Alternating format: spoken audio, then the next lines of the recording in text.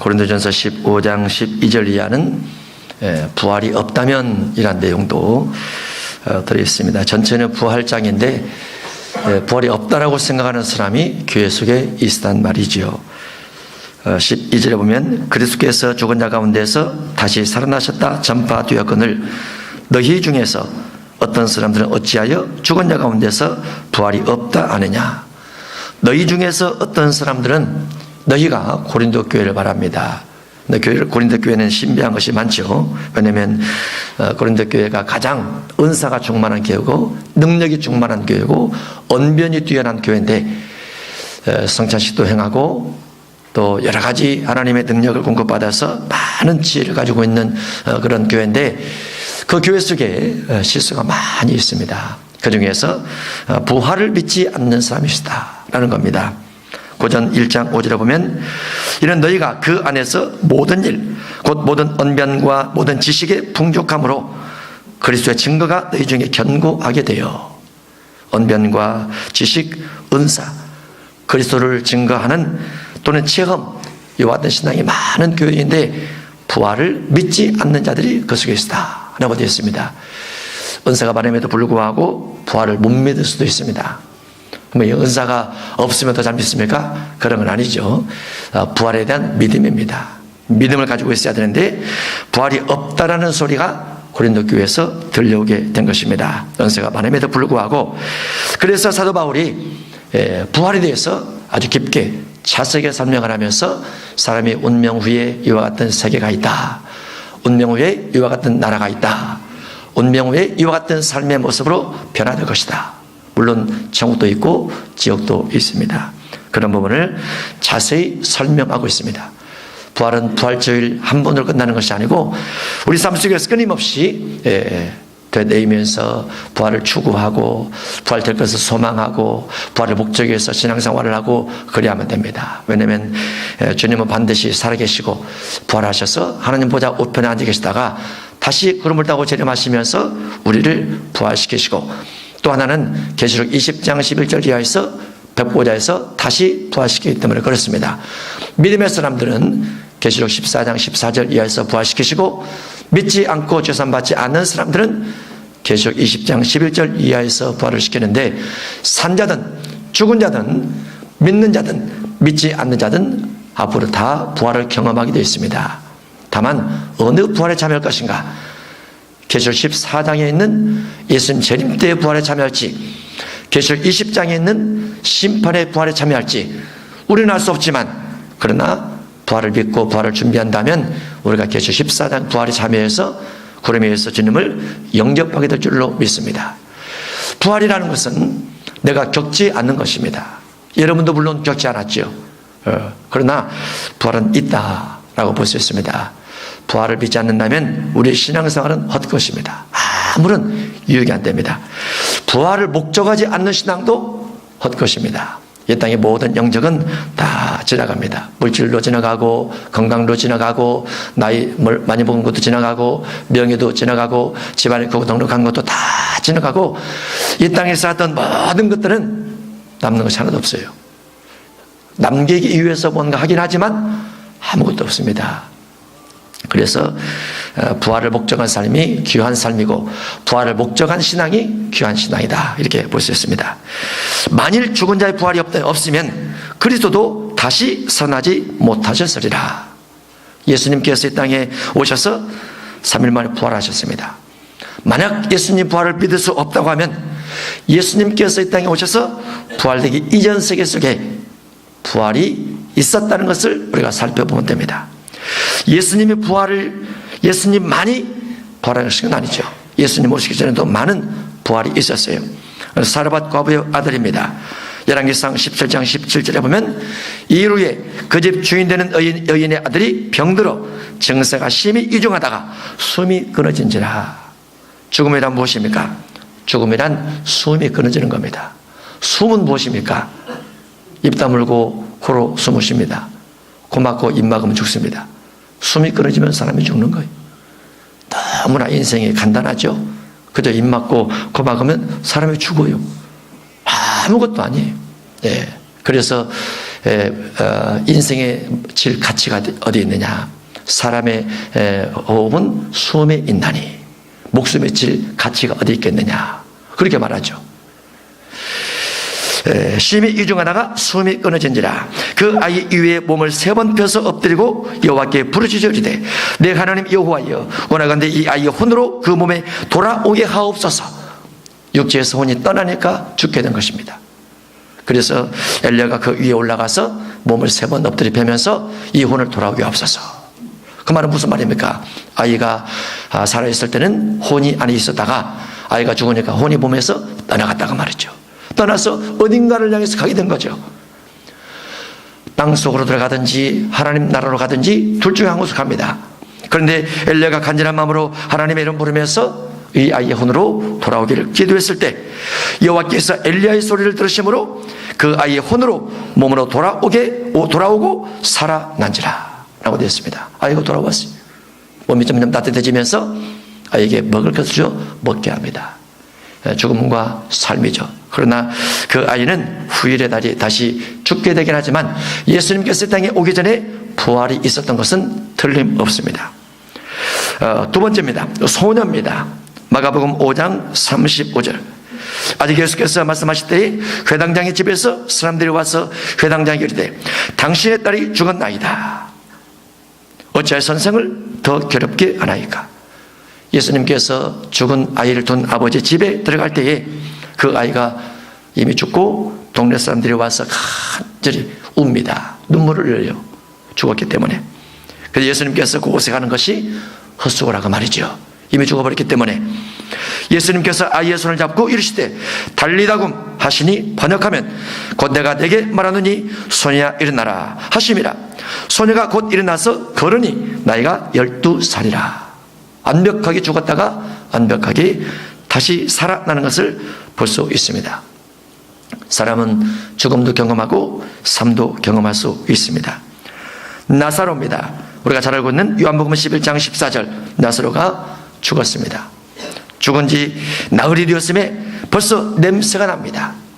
이스라엘은 하루에 그날 장례식 치른다고 그랬죠. 벌써 냄새가 난다이다. 예수께서 이르시되 내 말이 네가 믿으면 하나님의 영광을 보리라 하지 아니하였느냐. 네가 믿으면 하나님의 영광을 보리라. 부활을 믿으라고 말이죠. 이게 쉽습니까? 죽은 지 나흘이 되어서 썩은 냄새가 나는 사람이 살아날 것을 어떻게 믿을 수 있습니까? 하나님과 예수님과 성령님이 우리를 통해서 일하는 통로는 무엇이냐면 믿음입니다. 간절한 기도 속에 하나님께서 응답해 주지 않는 이유는 믿음이 없어서 그렇습니다. 밤낮 기도하는데 응답해 주지 않는 이유는 믿음이 없어서 그렇습니다. 믿음을 가지고 밤낮 부르짖고 믿음을 가지고 절하를 하고 믿음을 가지고 금식을 하고 믿음을 가지고 주 앞에 기도하면 주님께서 그 믿음 따라 응답을 주십니다. 믿음이란 무엇입니까? 그 사람이 바라보는 겁니다. 죽은 자를 향해서 다시 살 것을 바라보려는 생각이 떠오르겠습니까? 잘 안 되죠. 왜냐하면 믿음이 없기 때문에 그렇습니다. 구약의 엘리야를 생각을 하고 또 소녀를 생각을 하고 우리가 예수님을 생각하라고 하면 예수님께서 부활되셨고 엘리야가 죽은 을 살린던 것을 우리가 기억하면서 우리가 뭔가 미래의 꿈과 생각, 계획 이와 같은 것들이 현재보다도 달라질 것을 생각을 하고 변화될 것을 생각을 하고 하나님의 축복해 줄 것을 생각을 하고 이렇게 하면 그게 믿음이에요. 내가 수고하고 이미 수고했고 내가 개선하고 내가 생각했던 모든 것들이 내 인생대로만 간다면 믿음이 아닙니다. 믿음은 초월입니다. 사람의 생각 밖에 있는 것을 하나님의 능력과 권능을 통해서 가져오는 거죠. 내 삶 속에 이루어지게 만들어가는 겁니다. 그게 믿음입니다. 믿음의 선진들이 성경에 많이 기록되어 있습니다. 하나님께서 아브라함에게 아브라함아 너는 내가 내게 지시할 땅으로 가라. 내가 너로 큰 민족을 이루고 내게 복을 주어 내 이름을 창대케 할 것이다 라고 말씀하셨습니다. 아브라함이 그 말씀을 듣고 하나님 무슨 소리입니까? 본토 친척 집을 떠나서 어떻게 부자가 될 수 있습니까? 현재는 아내도 임신하지 못하는 배를 가지고 있는데 어떻게 큰 민족을 이루고 자손 만대의 복을 받는다고 말씀하시는 겁니까? 현실이지 않습니까? 아브라함의 현실, 아내의 현실. 그래서 하나님의 음성을 들었어도 저는 떠날 수 없습니다. 하나님께서 다 주신 다음에 떠나겠습니다. 이렇게 말하면 믿음이 아니에요. 사람의 생각대로 한다면 하나님이 무슨 필요가 있습니까? 사람의 능력대로 한다면 하나님이 무슨 필요가 있습니까? 하나님은 꿈꾸는 자를 통해서 일을 하시고 바라보는 자 통해서 일을 하시고 계획하는 자 통해서 일을 하시는데 사람의 계획하고 사람의 꿈꾸는 그 이상 하나님께서 개입할 수 있는 꿈을 꾸란 말이죠. 하나님께서 간섭할 수 있는 계획을 세우라고 말이죠. 하나님께서 능력을 부을 수 있는 그와 같은 목표를 가지라고 말이죠. 하나님이 죽은 것처럼 하나님이 없는 것처럼 그렇게 생각하지 말라고 말이죠. 그러면 하나님이 얼마나 초라합니까? 우리가 믿는 신이 절대자이시고 전능자이시고 전지자이신데 우리가 생각하고 내가 가진 능력과 내가 가진 경험 안에서 꿈을 꾼다면 얼마나 하나님의 모습이 비참하겠어요. 그래서 역사적으로 하나님을 섬겼던 많은 사람들은 자신의 능력은 10가지라도 10,000가지를 가지고 계신 그 하나님 앞에 기도하는 겁니다. 부딪히고 또 도전하고 또 걸어가고 또 나아가고 또 부르짖으면서 성령의 임재를 꿈꾸면서 가는 거예요. 가다 보면 하나님께서 내 실력으로 안 되는 것들을 더 부어주시고 채워주시는 많은 경험들을 하게 됩니다. 그게 믿음입니다. 믿음은 계산이 아닙니다. 믿음은 짜여진 틀이 아닙니다. 믿음은 내가 가진 내 안에서의 능력이 믿음이 아니에요. 나는 할 수 없으나 그분께서 하신다라는 거. 나는 부족하나 그분께서 세워주신다는, 나는 연약하나 그분께서 강하시다는 이 마음의 생각이 내 마음속에 깃들어서 성령으로 그것이 차고 넘쳐서 충만하게 되고 기도하면서 하나님께 주신 비전을 향해서 걸어가 보는 것이 믿음입니다. 우리가 지내보면 내 계획대로 된 것이 뭐가 있습니까? 항상 그 자리지 않습니까? 내 계획은 항상 그 자리예요. 하나님이 개입되지 않는 것은 항상 그 자리입니다. 그래서 하나님의 계획을 꿈꾸고 바라는 것을 믿음으로 가지고 있어야 되는데 부활도 마찬가지입니다. 장차 우리가 예수님께서 구름 타고 오실 때 올라갈 수 있나? 믿음으로 바라보는 거죠. 현재 삶에서 낙심과 절망 속에 빠져 있는 부분들이 하나님을 의지하고 성령 의지해서 뭔가 부활될 수 있는 소망을 간직하게 된다면 그 부활의 일부가 우리 속에 들어와 있는 겁니다. 우리 속에서 하나님의 성령께서 나를 통해서 뭔가 할 수 있다는 믿음을 심으시고 그 믿음을 통해서 믿음의 줄기를 통해서 하나님께서 이루어 가실 일들이 우리 미래 속에 펼쳐지게 됩니다. 믿고 있다가 낙심이 되고 절망이 되면 믿음의 길들이 다시 오므라듭니다. 꿈을 가지고 있다가 다시 오므라들면 우리의 미래도 점점 줄어들게 되어 있어요. 하나님이 동원되어져야 됩니다. 하나님이 역사되어져야 됩니다. 성령께서 일하실 수 있도록 우리 마음속의 비전을 자꾸 품어야 됩니다. 그래야 하나님이 일할 수 있어요. 네가 믿으면 하나님의 영광을 보리라 하지 아니하느냐, 이 말씀을 하시고 큰 소리로 나사로야 나오라 부르시니 죽은 자가 수족을 배로 둥이치러 나오는데 그 얼굴은 수건에 쌓였더라. 예수께서 시대에 불어넣어 다니게 하라. 예수님의 선포에 나사로가 나오게 됩니다. 썩은 냄새 나는 것이 사라지고 입배저뼈가 드러맞고 가죽이 올라오고 살이 차고 힘줄이 생기면서 일어나 걸어 다니는 사람이 되게 되었어요. 불가능입니다. 주님은 가능합니다. 우리는 불가능입니다. 주님은 가능합니다. 우리가 믿는 주님은 어떤 분입니까? 그분을 얼만큼 신뢰하고 있느냐가 우리의 믿음이에요. 내 자신의 생각과 내 자신의 경험을 더 많이 생각하고 바라보면 자꾸 뒤로 가게 됩니다. 뒤로 가게 돼요.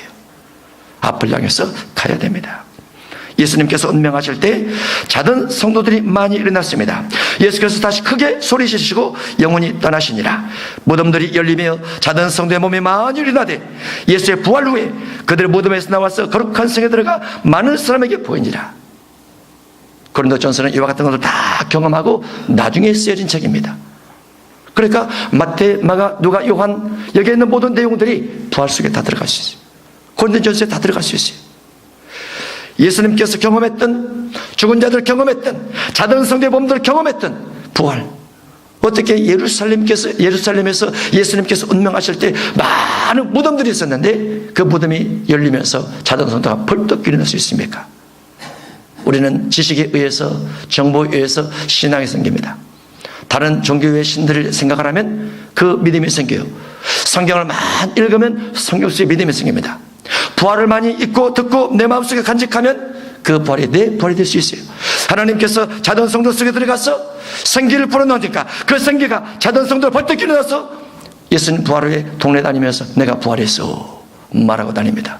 무엇에 그들을 부활시켰습니까? 하나님의 성령께서 부활시켰습니다. 하나님의 생기가 들어가니까 그들이 부활됐습니다. 우리가 생기가 충만하고 성령에 충만하고 성령의 능력에 충만하게 되면 내 속에 있는 모든 연약한 생각들이 바꿔지게 됩니다. 그래서 기도하는 사람이 되어야 돼요. 기도하고 기도하면 내 마음속에 낙심 절망이 사라집니다. 할 수 없다는 생각이 자꾸 사라지게 돼 있어요. 왜냐하면 성령 자체는, 성령 자신은 할 수 없다는 생각 자체가 없습니다. 성령 자체는 불가능한 것이 없습니다. 성령 자체는 낙심 절망이 없습니다. 성령 자체는 예루살렘에서 출발해서 땅끝을 향해서 계속 가되 2000년 동안 쉬지 않고 달려갔습니다. 성령 자체는 죽음이 없으니까 우리 마음속의 낙심과 절망도 반드시 일으켜서 우리십니다. 그래서 성령 충만을 위한 기도가 늘 우리에게 필요하죠. 사람은 육신을 가지고 있고 육신 본능이 담겨 있고 육신 안에 있는 본능이 자꾸 나를 끌어서 낙심과 절망 속에 빠져 끌어당겨 나를 저 나락으로 떨어뜨리려고 그래요. 본능입니다. 누구든지 그렇습니다. 명예를 가져도 물질을 가져도 권세를 가져도 이것은 버릴 수가 없어요. 끊임없이 내 속에서 올라옵니다. 세계 국가를 지배를 해도 세계 제일 국가를 얻어도 마찬가지입니다. 누구든지 이 본능에 치면 안 됩니다. 본능에 치면 내가 염세주의자가 되고 운명주의자가 되고 낙심하고 절망에 빠져서 아무것도 할 수가 없어요. 마귀가 그곳에 자기 힘을 덧입힙니다. 죽어버리라. 너는 아무것도 할 수가 없어. 이런 생각을 자꾸 넣어줍니다. 성령은 반대입니다. 너는 할 수 있다.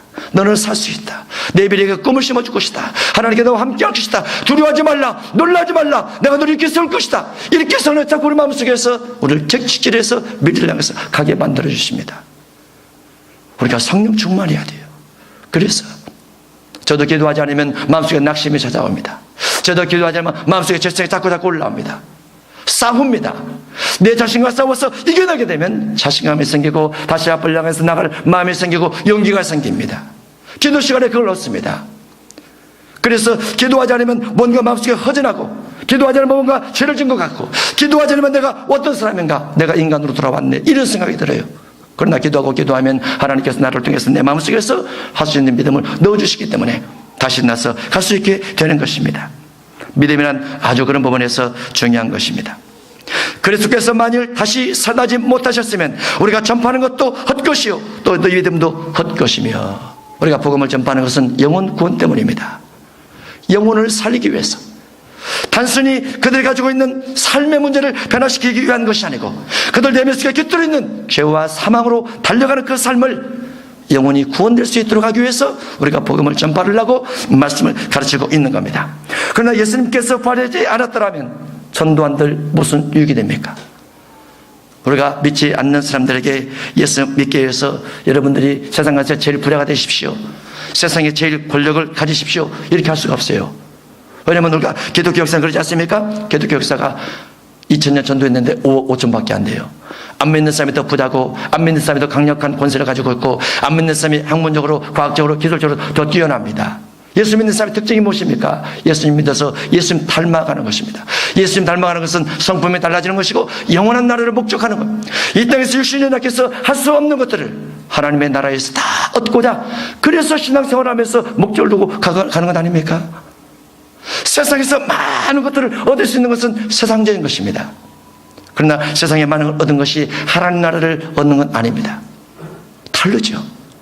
그래서 힘들어도 신앙생활하고 어려워도 신앙생활하고 다시금 목표를 정해서 저 앞에 기도하면서 내 영혼 관리하면서 믿음의 걸음을 옮겨가고 있지 않습니까? 만약에 부활이 없다고 하면, 영원한 나라가 없다고 하면, 영생의 나라가 없다고 하면 신앙이 무슨 도움이 됩니까? 아무런 도움이 되지 않죠. 세상에서 오히려 훨씬 더 비참하고 무익하고 거짓말 같은 사람이 될 수밖에 없는 것입니다. 그래서 우리가 또 하나님의 거짓 증언으로 발견될 수밖에 없을 것이다. 성경은 진리인데, 성경은 참인데, 하나님의 말씀 전체가 거짓이 전혀 없는 참인데 우리가 부활을 믿지 않는다면 성경 자체도 거짓이 되는 것입니다. 그래서 우리의 신앙은 다 아무것도 아닌 것이 되어버리고 말죠. 17절입니다. 그래서 다시 살아나신 일이 없으면 너희의 믿음도 헛되고 너희가 여전히 저 가운데 있을 것이요 또한 그리스도 안에서 잠자는 자도 망했을 것이다. 여전히 저 가운데 있을 것이다. 부활이 없다면 여전히 저 가운데 있을 것이다.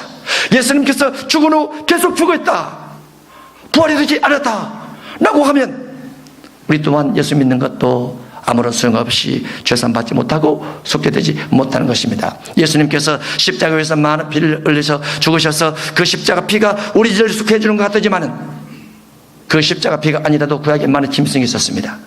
그 짐승의 피를 통해서도 우리 겉의 모습의 많은 죄들은 사함받을 수 있었어요. 예수님께서 십자가에서 죽으셔서 부활되지 않았다면 그 죽음이 죽음으로 끝나버려서 죄는 그대로 짐승처럼 예수님께서 죽고 말게 된 겁니다. 그러나 예수님께서 부활하셨기 때문에 사망 권세를 깨뜨렸다. 마귀의 권세를 깨뜨렸다. 마귀의 가장 강력한 힘을 깨뜨렸다. 라는 것이 증명되어지니까 우리가 예수님 부활을 붙잡고 나도 사망 권세 깨뜨리고 나도 마귀 권세 깨뜨리고 나의 저주를 깨뜨리면서 부활된 신앙 속에 살아가고 싶다는 자신감이 생기고 그를 소망하면서 이 땅을 살아가게 되는 것입니다. 부활은 기독교인에게 절대적이고 부활이 없으면 기독교는 망할 수밖에 없는 것입니다. 만약 그리스도 안에서 우리가 바라는 것이 다만 이 세상의 삶뿐이면 모든 사람 가운데 우리가 더욱 불쌍한 자리라. 예수 믿는 사람이 이 땅의 삶을 목적한다면 왜 불쌍한 자입니까? 예수 믿고 주의 복음을 증거를 하면서 사람마다 많은 수고를 합니다. 힘쓰고 애쓰고 열심히 살아갑니다. 세상 사람들처럼 먹고 마시고 호화호식하면서 여행 다니면서 그렇게 살지 못하고 있습니다. 오히려 복음을 증거하다가 어려움 만나서 많은 매를 맞고 조롱을 받고 이런 일들이 수도 없이 있습니다. 그중에 사도 바울이 고린도서 11장에서 내가 서로를 넘치도록 하고 옥에 갇히기도 더 많이 하고 매도 수없이 맞고 여러 번 죽을 뻔하였으니 유대인들에게 40에 하나가만 매를 맞고 3번 태장으로 맞고 1번 돌로 맞고 3번 파선하고 일주일을 깊은 바다에서 지냈으며 여러 번 전도 여행을 하면서 강의 위험과 강도의 위험과 동족의 위험과 이방인의 위험과 온갖 소문을 겪으면서 복음을 증거했습니다. 바울이 그와 같이 수고하고 힘쓰고 노력했던 모든 것들이 부활이 없다면 아무 소용이 없습니다. 헛될 뿐입니다.